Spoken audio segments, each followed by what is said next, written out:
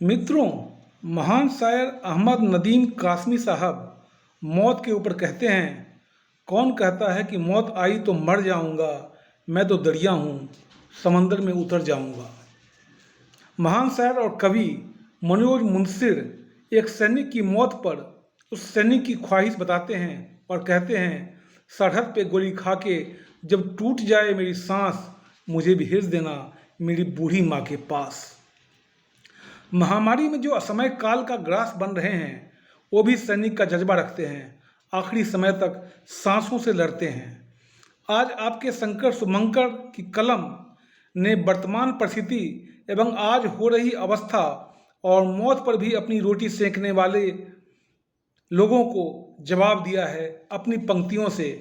किसी की मौत का जश्न नहीं मनाया करते, किसी की मौत का जश्न नहीं मनाया करते, किसी की मौत को प्रश्न नहीं बनाया करते, किसी की मौत का जश्न नहीं मनाया करते, किसी की मौत को प्रश्न नहीं बनाया करते, किसी की मौत को अखबार नहीं बनाया करते, किसी की मौत को इश्तेहार नहीं बनाया करते, किसी की मौत से त्यौहार नहीं मनाया करते, किसी की मौत से सम्मान नहीं बढ़ाया करते, किसी की मौत से अरमान नहीं सजाया करते, किसी की मौत का जश्न नहीं मनाया करते, किसी की मौत को प्रश्न नहीं बनाया करते।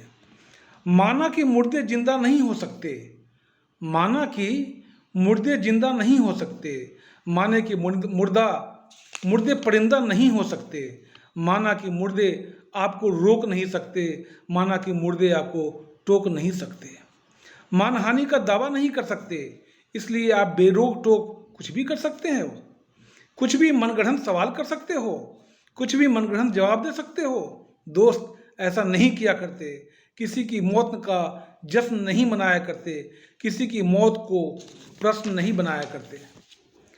क्या बिना उसके अपने की मर्जी के बगैर, बिना किसी अनुबंध के, क्या बिना उसके अपने की मर्जी के बगैर या बिना किसी अनुबंध के आपका अंतःकरण आपको इसकी इजाज़त देता है? क्या निजता का कानून भी इसकी इजाज़त देता है?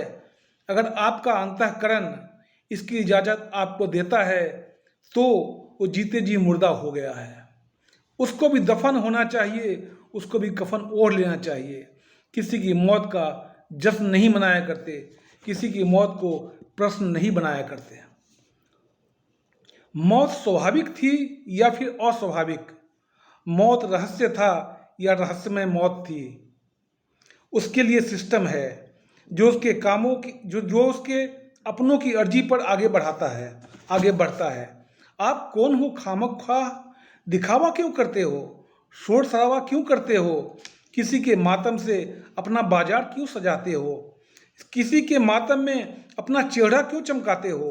किसी की मौत का जश्न नहीं मनाया करते, किसी की मौत को प्रश्न नहीं बनाया करते। ये शीशे की तरह साफ साफ झलकता है, ये शीशे की तरह साफ साफ झलकता है, ये तुम्हारी लेखनी में भी टपकता है, तुम्हारे लिखने से, तुम्हारे बताने से कि जो वाकई ही चला गया वो तुम्हें जानता तक न था, तुम्हें पहचानता तक न था। हाँ, ये जरूर है और सत्य भी है कि तुम उसको जानते थे, तुम उसको पहचानते थे। जीते जी उसने तुम्हें भाव दिया नहीं, इसलिए तुम अपना ये दांव आजमाते हो।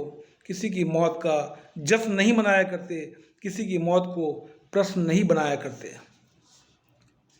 किसके मौत का मातम बना रहे हो तुम?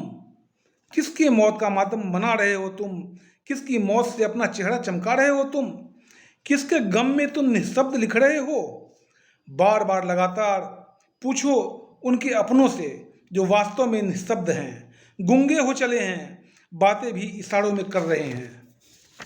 तुम्हारा दोगलापन तुम्हारे व्यवहार में, तुम्हारी लेखनी में भी झलकता है। तुम्हें झुठलाता है यह कहकर कि अपने घड़ियाली आंसू बहाना बंद करो। तुम्हारा मरने वालों से कोई सरोकार नहीं था, कोई व्यवहार नहीं था। किसी की मौत का जश्न नहीं मनाया करते, किसी की मौत को प्रश्न नहीं बनाया करते। तुम बड़े शातिर हो, तुम्हें पता है कि मुर्दे कहाँ बोला करते हैं, तुम्हें पता है कि मुर्दे कहाँ बोला करते हैं, मुर्दे कहाँ सत्य तोला करते हैं। बड़े बेशरम हो तुम, मुर्दे का ही मजाक उड़ाते हो।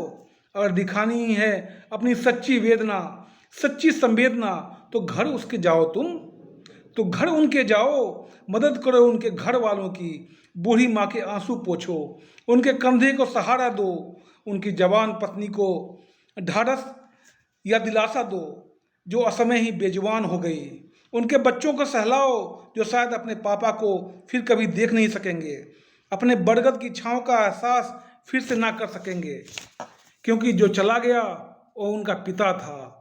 उसके लिए बरगद था जो रोज कमाने के लिए घर की सरहद छोड़ जाता था।